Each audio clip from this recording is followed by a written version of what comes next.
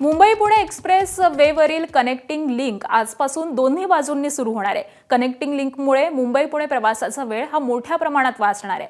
आजपासून दोन्ही बाजूंनी वाहतूक सुरू झाली आहे। एक्सप्रेस हायवेवरती सलगच्या सुट्ट्यांमुळे गर्दी होते आणि त्यामुळे त्यावरती आता तोडगा म्हणजे कनेक्टिंग लिंकमुळे संपूर्ण घाट सेक्शन हा बायपास होतोय।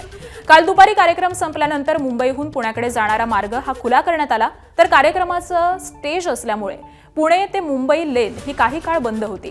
आज ती लेन देखील लवकरच खुली करण्यात येणार आहे।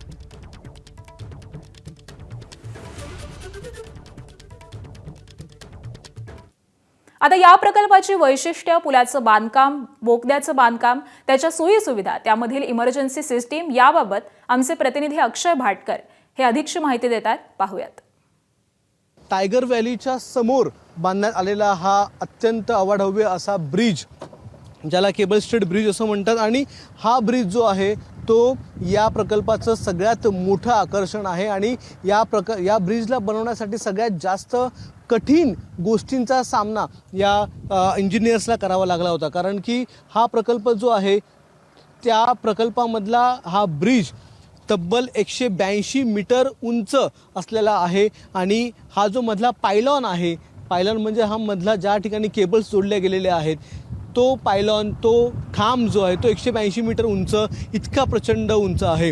आता आपण त्या मुख्य बोगद्यामध्ये जाणार आहोत, ज्या बोगद्याची नोंद ही गिनीज बुक ऑफ वर्ल्ड रेकॉर्डमध्ये होणार आहे।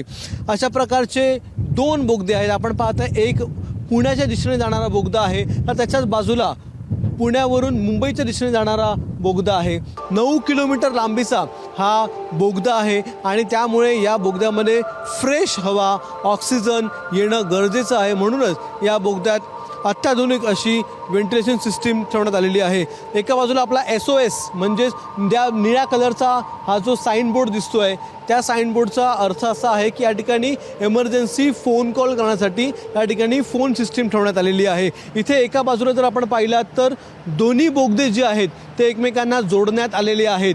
समोर आपल्याला दुसरा बोगदा दिसतोय आणि याचं कारणच ते आहे, जे म्हणजे या 9 किलोमीटरच्या बोगद्यामध्ये जर आग लागली, जर अपघात झाला, जर काही इमर्जन्सी सिच्युएशन असेल, तर त्यावेळी एका बोगद्यातून दुसऱ्या बोगद्यामध्ये जाण्यासाठी हे मध्ये बायपास ठेवण्यात आलेले आहेत।